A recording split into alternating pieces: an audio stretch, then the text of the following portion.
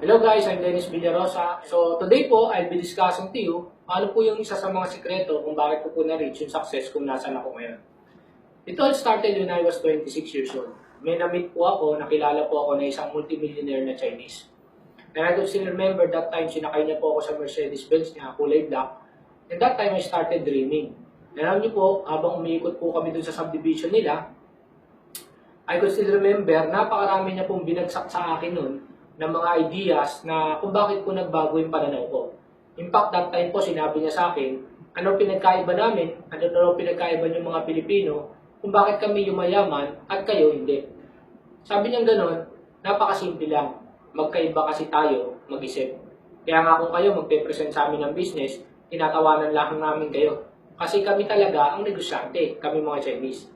And alam niyo po, isang pong example na binigay niya sa akin, sabi niya sa akin gano'n, tignan niyo kayo. Pagka kayo, lalo na yung mga nag-abroad, nag-OFW, pag kumita ng malaki, bibili ng bahay, bibili ng sasakyan, alahas, appliances. Pagka nawala ng trabaho, sanla ang bahay, benta ang kotse, wala ang appliances, wala ang alahas. Yan ang biggest mistake nyo. Kami naman mga Chinese, ang gagawin namin, kapag kami nagnegosyo at kumita ng malaki, ang gagawin namin, mag-iipon kami. At yung pera na yon ilalagay namin sa bangko. At yung tubo nun, yun ang ibibili namin ng kotse namin. Kaya may kotse kami, and at the same time, nasa amin yung pera namin. Well, in fact, pag nag-start nga kami ng bahay, ang ginagawa namin, yung second floor, yun ang bahay namin. Yung first floor, yun ang business namin. Kayo, hindi. Yung grande ka agad. Isang buong bahay, bahay agad, walang business. Well, in fact, kami, bago kami bumili ng bahay, ang gagawin namin, bibili muna kami ng mga apartment. Yung kita ng apartment, yun ang ipambibili namin ng bahay. Nasa amin yung bahay, at the same time, nasa amin yung apartment. So kung titignan nyo, yun lang kung binagsak niya na yun, sabi ko, napakalaking bagay na po na yun, na napaka-importante. Well, in fact, isa pa pong sinabi niya sa akin, tignan nyo kayong mga Pilipino. Ang lagi nyo sinasabi, anak, mag-aral ka mabuti kasi ang may papamana ko lang sa'yo, talino. Sabi niya sa akin gano'n, iyo, ano gusto mong pamana? Talino o yaman? Ako rin, napaisip ako. Sabi ko, syempre po, yaman. Tama eh. Why? Pag sinabing kuwangko ka, mayaman ka. Pag sinabing ayala ka, kahit anong mangyari, mayaman ka. Sabi niya, imagine niyo, kung titignan mo dati, nung kami, mga Chinese, nagpunta sa Pilipinas, hindi kami nakatapos ng pag-aaral. Kaya wala kaming choice kundi mag-business. Kaya naman, since kayong mga Pilipino nakatapos ng pag-aaral, ang ginawa nyo, naghanap kayo ng trabaho. Ngayon, kung titignan mo, sino nagtatrabaho sa amin? Ang nagtatrabaho sa amin, kayo. Kayo nakatapos, kami hindi. Kami mga negosyante, kayo mga empleyado. Kaya alam niyo po, that time po, nakapokus ako sa engineering, na pag-graduate ko, magmamasteral ako, magdo-doctorate ako. Pero after po lahat ng mga binagsak niya at sinena sa akin, unti-unti po nagbago yung pananaw ko. And in fact, hindi ko po makalimutan yung huling binagsak niya sa akin. Kaya sabi niya sa akin gano'n, iyo, kung gusto mo magbago ang buhay mo, gusto mo yaman, umasenso ka, kung merong opportunity na makapag-business ka, then grab this opportunity. Kaya alam niyo po, that time po na nakausap niya po ako, wala pa po ako sa ganitong business. Kaya po nung nakita ko po yung ganitong business, hindi ko po makalimutan yung sinabi niya. Sabi ko, I will grab this opportunity kasi ito yung chance ako na makapag-business, umasenso ang buhay ko at magbago yung buhay ng pamilya ko. And alam niyo po, yung i-share ko po ngayon sa inyo, ilang po ito sa mga bagay na sinare niya, and yung iba po rito, yung research ko na po dahil po nabago niya po yung pananaw ko, sabi niya sa akin, try mo maghanap ng mentor. Eh nga lang po, sa isang tricycle driver at jeepney driver na kagaya ko, wala naman akong circle of friends na mayayaman. Sino naman ang magiging mentor ko? And that's the time I started reading Entrepreneur na magazine. Sabi ko, nung binabasa ko po yun, nandun po yung mga totoong stories ng mga totoong tao na nagnegosyo at yumaman. Sila po ang ginawa kong mentor. Yung i-share ko po sa inyo, ito po yung isang bagay na makakatulong at magbabago ng pananaw nyo. Well, in fact, even if you don't join this business anymore, wala pong problema yon. Ang importante po, yung mabago ko po yung pananaw nyo, napakalaking bagay na po yun sa akin. Kung paano niya pong binago yung pananaw ko, yun din po yung isang bagay na gusto kong gawin sa inyo today. Sana po, you finish all this video, na mapanood niyo po yung series na to, and ako po kayo on the long run na maging successful kayo, masaya na po ako. So, bakit nga po ba marami ang mahirap na Pinoy? Lahat po tayo, umiikot po tayo dito. Sabi niya, kailangan po natin mag-aral, on the long run, magkaroon ng trabaho, and on the long run, kumita ng pera. Sabi niya, kayo mga Pilipino, diyan kayo umiikot. Mag-aaral, magtatrabaho, kumita ng pera. Now, sino nga ba yung kumikita ng pera? Meron mga tao kumikita 4 to 6,000, yan yung mga undergraduate. Meron naman mga tao kumikita 10 to 15,000, yan yung mga professional o graduate. Meron naman mga tao kumikita 30 to 50,000, yan yung mga manager or small-time businessman. Meron naman mga tao kumikita ng 100 to 200,000, yan yung mga presidente, big-time businessman, or mga franchisers. Meron naman mga tao kumikita 500 to 1 million, yan yung mga big-time investors. Now, kung titignan po natin sa Pilipinas, lahat po may qualification. Pero kung walang qualification at ikaw ang papipiliin, magkano ba ang gusto mong kitain, let's face it, lahat naman po siguro tayo, pipiliin po natin yung pinakamalaki. Kasi alam po natin na kapag kumita po tayo ng ganung kalaki, alam po natin kung ano yung pwede magbago sa buhay natin at sa buhay ng pamilya natin. Yun nga lang po, let's face it, sa Pilipinas meron po talagang qualification. Well, in fact, ang kumikita lang po ng 30 to 50,000, yan yung mga taong graduate ng UP, Lasal, Ateneo, cum laude, summa cum laude, magna cum laude, etc. Kaya nga kung titignan ko dati yung chance ko sa labas, baka hindi po ako kumita ng kinikita ko ngayon. Kasi unang-una po, since self-supporting po ako po nagpaaral sa sarili ko, aminin ko po, marami po akong bagsak. Kasi ang tanging aral ko lang po, yung pumasok po sa school. Paglabas ko po niyan, magtatrabaho na po ako. Pero kung titignan nyo po, I was so thankful sa Diyos na hindi po ako naging matalino at hindi po ako nakatapos ng 5 years at may bagsak po ako. Kasi kung hindi po, baka mas nakita ko po yung chance ako po na maging successful sa pagiging empleyado. And thankful po ako kasi po, mas nakita ko po yung chance ako sa business. Lalo na po yung nakita ko at nakausap ko po yung Chinese po na yun na sinasabi ko sa inyo. Now, kung titignan po natin, dalawang paraan para kumita ka ng pera. Sa either mag-empleyado ka or mag-business ka. Na kung titignan po natin, lahat po tayo, hindi naman po tayo pwedeng tumalong kagad sa business. Ang gagawin po natin, mag-empleyado muna tayo, pero dalawang run, saka po tayo mag-business. Now, statistics po, kung pagbabasihan po natin, 80% po ng Pilipinas tumatakbo po on the opposite side. 5% lang po ang tumatakbo sa kabilang side. Kung titignan po natin sa Pilipinas, 80% ng Pilipinas mahirap at mareklamo. 5% lang po ang mayaman. Why? It's because 80% ng Pilipinas estudyante at empleyado. 5% lang po ang negosyante. Kaya nga po noong time po na yung mga kaklase ko po, nag-engineer, ako naman po, I was running on the opposite side, nagbi-business ako, lahat sila tumatawa sa akin, sabi nila, baliw na ako, sira na ang ulo ko, nagmamadali daw akong yumaman. And sabi ko, ganun, okay lang, tumatawa din ako sa kanila. Why? Kasi alam ko, I was running on the opposite side, iba ang makukuha ko sa makukuha nila. At least alam ko kung saan ako papunta. The question is, ikaw na nanonood dito, saan ka ba tumatakbo? Sa mahirap o sa mayaman? Tandaan niyo po, if you don't do something different, then you won't get something different. Kaya nga, if 1 year, 2 years time, bumalik ako sa mga kakilala ko, kumikita na ako ng malaki, naka-brand new car na ako, it's because I did something different, kaya iba po yung nakuha ko sa nakuha nila. Aminin ko po, up to this date, wala pa pong kaklase ko na nakakaabot po ng tax ng kinikita ko. So, I was so thankful na nag-open mind po ako sa ganitong business. So, sa iyo po, again, if you don't do something different, you won't get something different. Kaya, isipin mo munang mabuti kung saan ka tumatakbo at saan ka dapat tumatakbo. Now, ito po yung Chinese mindset. Sabi niya sa akin ganun, alam mo, Iho, magkaiba mindset natin sa mga anak natin. Ako, mindset ko sa anak ko, 25 years old, may bayad sa sakyan.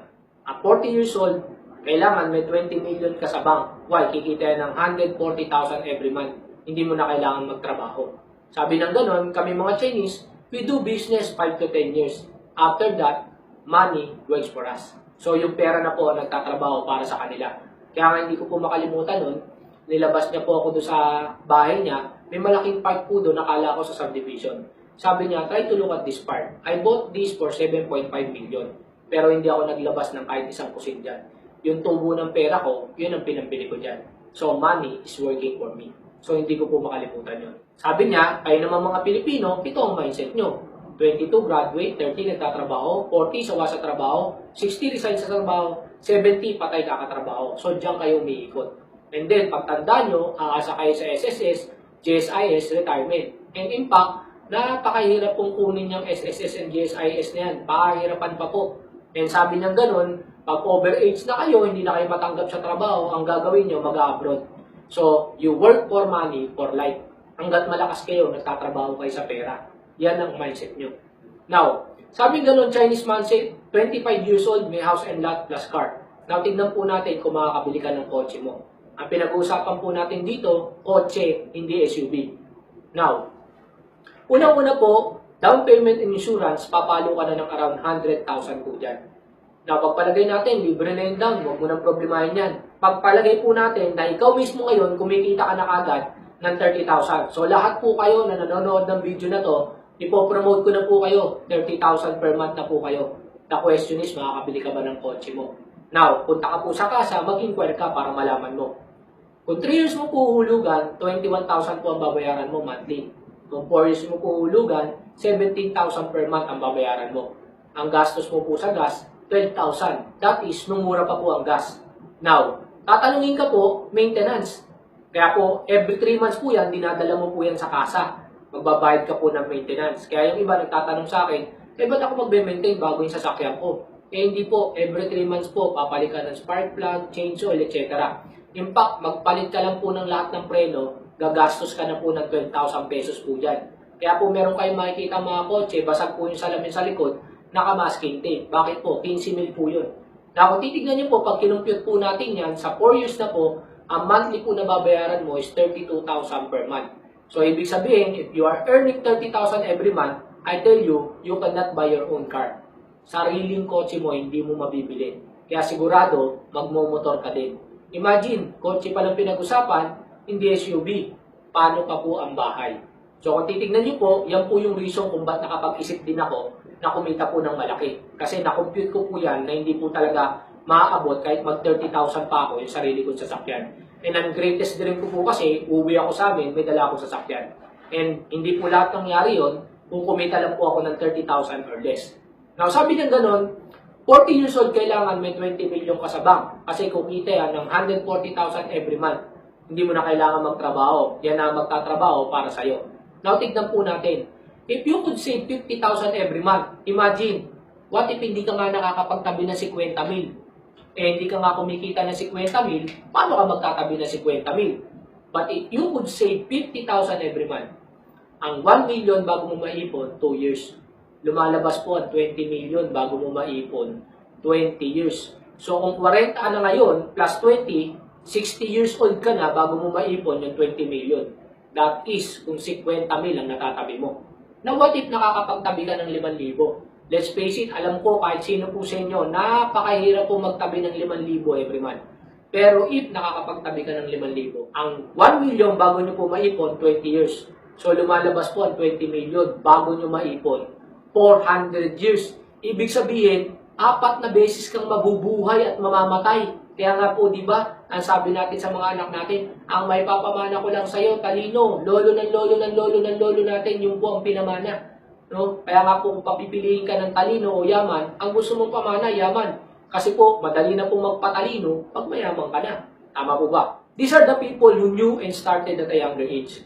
Si Lucio Tan po, nag-start po yan mag-business at the age of 16. Now is 81 years old. Si Henry C. po, nag-start pong mag-business at the age of 12. And now is 91 years old. Go Kong Wei po, 14 years old. Naglalako po ng kandila at sabon. Bike lang po ang gamit. Now is 89 years old. Alfredo Cambiao, I don't know kung pamilyar po kayo dyan. Yan po yung may-ari ng Sexto. He started doing business at the age of 12. Nagtitinda po siya ng sigarilyo sa kalsada. And on the long run, sabi po ng mga jeepney driver, wala bang juice? So nag-repack siya ng juice. That's why naging Sexto. Now, kung titignan nyo po to, tignan nyo po yung mga edad ng mga Chinese nung nag-start sila mag-business. Sa ating pong mga Pilipino, bukod tangi po, 12 years old, hatid sundo po sa eskwelahan. Tama? Kaya po kung titignan nyo po, halos lahat po ng produkto made in China. Why? Kasi po sa China, hindi po pwedeng nag-aaral ka lang. Kailangan nagtatrabaho ka rin. Dito lang po sa Pilipinas na bukod tangi, na kailangan pag nag-aaral ka lang. Kaya minsan po, may nakakausap ako mga magulang. Sabi gano'n, ako, tigilan nyo yung mga anak ko. Huwag nyo silang invite-invite sa ganyang business. Kasi gusto ko tumutok lang sila sa pag-aaral nila. Kaya kung titignan nyo po, napakarami po nilang oras. Kaya mas marami pa po yung time, imbis na mag-aral, nagbubulakbol, nanonood ng sine, etc. Why? Kasi po yung mindset po na ginawa natin sa kanila mali. Kasi po, ako, I believe, kaya po pong i-maximize ang oras mo kung gusto mo. Kasi po, nagawa ko pong mag-aral at magtrabaho at the same time. Well, in fact, kung pupunta ka nga po ng Divisoria, Binondo, etc., makikita nyo po dyan, merong mga estudyante naka-uniforme, Chinese. nagbabantay po ng butik nila. In fact, meron po mga may-ari ng hardware. Pag uwi po ng mga anak nila, aasikasuhin po yung hardware. Or, even po sila Gokong Wei and yung mga sikat po na businessman, kapag ka po bakasyon po ng mga anak nila, nagtatrabaho po sa company nila, nag-i-start po sa clerical bago po maging sa pinakamataas na posisyon sa kumpanya. Titignan nyo po, iba po ang mindset nila sa mga anak nila, kaya po yumayaman yung mga anak nila. So, dapat po tayo rin mismo, baguhin din po natin yung mindset sa mga anak natin. If you're not 12 years old today, kailan mo plano mag-start mag-business? Imagine, ikaw na nanonood nitong video ngayon, baka 30 or 25 or 50 years old ka na and you don't plan to do business, kailan pa? So, have an open mind. Kapag may business, then grab that opportunity. Now, eto po, si Lawrence Larry Ellison, he's the number 7 richest man on the planet. In-invite po siya. Famous speech po sa Yale University. In-invite po siya sa Yale University para po mag-speech. Alam niyo po, napakaganda po na naging speech niya doon. Nung araw po na yun, lahat po ng tao nakatoga. Lahat po, graduation. Ang sabi niya pong ganun, look at the classmates on your left, look at the classmates on your right. 5 years from now, 10 years from now, or even 30 years from now, odds that the person on your left and on your right will be a loser. And you at the middle, what can you expect? Loser, loserhood, loser cum laude. Imagine niyo po, tinawag niya na loser yung mga cum laude. Sabi niya, why? Because I, Lawrence Larry Ellison, second richest man on the planet, am a college dropout and you are not. And because Bill Gates, richest man on the planet, is a college dropout and you are not. And because Paul Allen, third richest man on the planet, dropped out of college and you did not. And because Michael Dell, number 9 on the list, is a college dropout and you, yet again, are not. Imagine niyo po, nung araw na yan, lahat ng tao nakatoga. Ang speech niya po, lahat po sila na billionaire college dropout. And yung po mga nanonood sa kanya, hindi po. Tayo po, proud na proud po tayo kapag ang anak natin matatalino, no? Nag-o-honor. Well, in fact, the more na magiging matalino yan, ang hahanapin po niyan trabaho. I'm not against pag-aaral or employment. Ang gusto ko lang po, habang bata pa, hindi mo pa kailangan gumraduate, pwede ka na mag-start mag-business. So, ba't mo pa hintayin gumraduate ka? And doon po, walang requirement. Hindi ko naman sinabing, huwag ko kayong mag-aral. But the point is, ang gusto ko lang po i-emphasize dito, mag-aral ka po, pero pag graduate mo, huwag kang tumutok sa employment.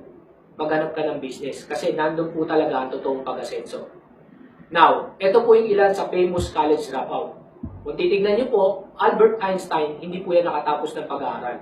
Henry Ford, yung naka-invento ng kotse, hindi rin po nakatapos ng pag-aaral. Pero kung titignan niyo po, buti na lang, hindi po nag-aaral yan, kundi wala pong kotse.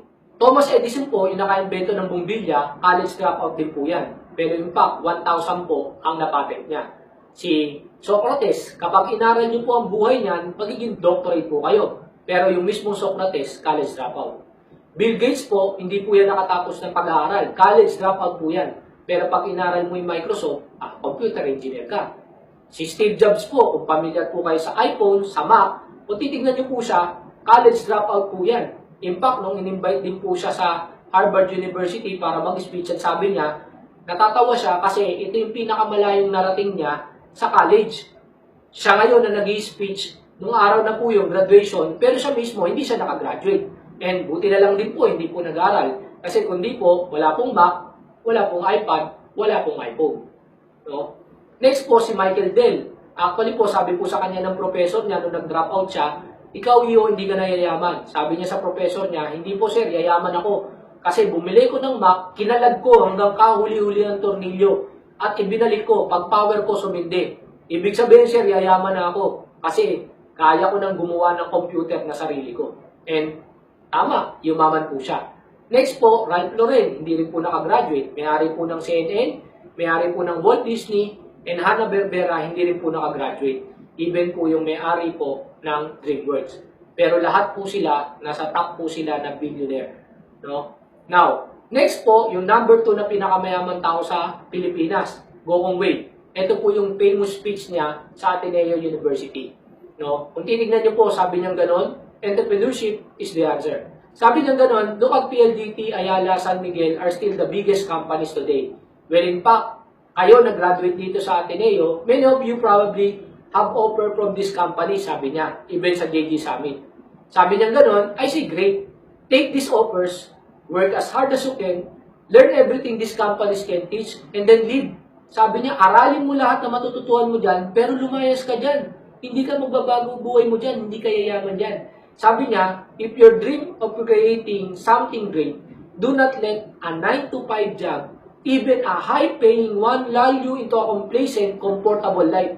Let that high-paying job propel you toward entrepreneurship instead. Sabi niya, huwag kang matrap kahit na napakalaking sahod pa na 9 to 5 job. Sabi niya, dapat yung sahod mo na yan na malaki ang mag-lead sa'yo papunta sa entrepreneurship. Sabi niya ganon, look at the young entrepreneurs who made it. Tony Tan of Jollibee, Ben Chan of Bench, Rolando Talesa, and Wilson of Abenson. Kung titignan niyo po, they started at a young age. Actually, ang Jollibee po, yung may-ari po niyan, chemical engineer. No? Pero hindi naman po nag-practice ng pagka-engineer. Nagtayo po ng sarili niyang business. In fact, even Lucio Tan, nung in-interview po siya, sabi sa kanyang ganon, ano ang dream mo? Sabi niya, my dream was to become a chemist, chemical engineer din. But still, sabi niya, I invested into business. Now, I own 100 companies. So, kung titignan niyo po, alin po ba naging mas maganda na practice niya yung profession niya o ngayon na negosyante na siya? Now, sabi niya ganon, they are the guys who were content with a 9 to 5 job, who were willing to delay the gratification and comfort, and who created something new and something fresh. Sabi niya ganon, ito yung mga tao na hindi na kontento sa 9 to 5 job. Kaya ikaw na nanonood nito at laging close-minded ka o sarado ang utak mo, if you're working on the 9 to 5 job, guys, yung mga nag-share po at yung mga binanggit ko po was mga taong, let's face it, they are very popular, they are very rich. Tama po yung sinasabi nila. Ang kailangan lang po natin gawin, have an open mind. Baguhin po natin yung pananaw natin, sundin po natin kung ano po yung mga mindset nila. Again, ito po yung lagi kong sineshare sa lahat po ng mga nakakausap ko. Everyone has a dream, but not all are determined to achieve it. Lahat po ng mga kausap natin, pare-parehas mayroong pangarap. Yun nga lang po, bilang lang po yung mga katulad namin who are determined and willing to do everything. Kahit hindi ko na linya, nilinyahin ko yan just to achieve my dream. Another po, if you have a dream, then go for it. Be an entrepreneur. That's the only way you can achieve it. Let's face it, lahat na naman po na nakakuha ng pangalan nila was yung mga taong talagang nag-business, hindi po yung nag-employ. Next po, the things you regret most in life are the risks you didn't take. Kaya nga po, kung lagi kang natatakot na mag-risk at mas gusto mo na playing safe ka, kumikita ka, kaya alam niyo po, dati sabi ng mga klasiko, okay na ako dito kasi play safe, every month may 20,000 ako, fix ang income. Eh sabi ko, yun ang masaklap kasi 5 years ka na, fix pa rin ang income mo. Yun naman ang nagustuhan ko sa business. Oo, mag-i-start ako, hindi 10,000, baka 1,000, 3,000. Pero I tell you, 1 year, 2 years from now, yung tax ko, hindi mo kikitain. In fact, aminin ko po sa inyo, yung 30 years po na magtatrabaho yung mga friends ko sa mga classmate ko, yung kinita ko po dito sa loob ng 5 taon, hindi po nila kaya kitain. Actually, meron po akong nabasa noon na in-interview na 100 katao na nasa 60 years old na sila. Nang in-interview sila, tinanong sila, kung ibabalik ka nung time na bata ka pa, ano ang gagawin mo? Sabi niya, number 1 na gagawin ko, iko-correct ko lahat ng mali na nagawa ko. Number 2, gagawa ako ng bagay na hindi makakalimutan ng kahit sino. Makakapag-iwan ako ng legacy. Number 3, sabi niya, magiging more risky ako. Now, guys, kung titignan niyo po, yan po yung nabasa ko kung bakit ako pumasok sa ganitong business. Why? Ayoko na pong magawa yung mistake na nagawa ng mga kaklase ko. In fact, napakasimple lang naman tingnan yan eh. Sabi ko, yung mga professor ko, same sa sinabi ni Bill Gates. Sabi niya ganon, itong mga professor ko ang gagaling magturo, pero naglalakad, walang sasakyan. Sabi nila, sila master na nila yung ginagawa nila, ako mamasterin ko pala. Kung mamasterin ko yung ginagawa nila, kung ano yung buhay nila, yun ang buhay ko. So, I want to correct my mistake hanggat mas maaga. Number 2, gusto ko mag-iwan ng legacy. Alam niyo po, sabi ko nga kanina, ang mas masarap maiwan, yaman. Kasi pag namatay ako, hindi nila ako makakalimutan. Because of me, nagbago yung buhay nila.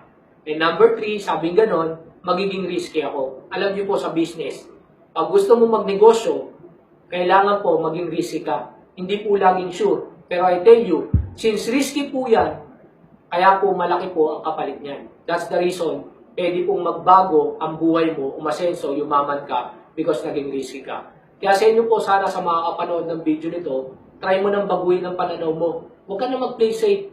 This is the time na mag-risk ka. And lastly, I will close with this one. If you don't build your dreams, I tell you, someone will hire you to build theirs. Ibig sabihin, yung ginagawa mo ngayon kung nasan ka, ang binibuild mo, yung dream ng mga ibang tao. Yung dream ng boss mo, hindi yung dream mo. So I suggest, have an open mind, no? Tignan niyo po yung business na ipapakita ko sa inyo ng taong nagpanood sa inyo ng video na to. And please, try mo trabahuin yung pangarap mo. I tell you, ang investment po kahit saan, hindi po pera, time. Kasi kung ano ang edad mo, hindi mo na pwedeng ibalik yan. Yung pera po, anytime, pwede po natin kitain yan. So again, my name is Dennis Villarosa, and sana po kahit papano nakatulong po ako sa inyo na magbago po ang pananaw nyo. So sa inyo pong lahat, welcome po sa business na to.